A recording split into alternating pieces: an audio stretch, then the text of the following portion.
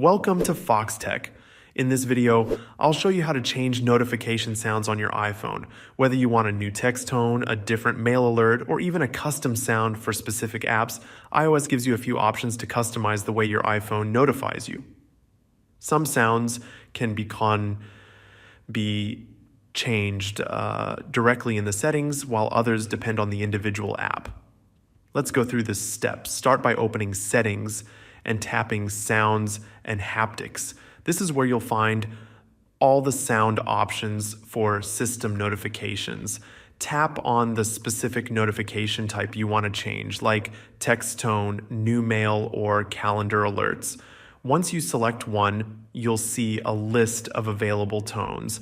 You can pick from the built-in sounds, or if you want something different, tap Tone Store to browse and buy new tones. If you prefer a custom sound, you can create one using GarageBand or purchase ringtones through iTunes, then set it as a notification tone. For third-party apps like messaging apps, the process is different. iOS doesn't let you change notification sounds for all apps in one place. Each app handles it separately. To change notification sounds in an app like WhatsApp, for example, open WhatsApp, go to Settings, then Notifications, and select the sound you want for different types of notifications.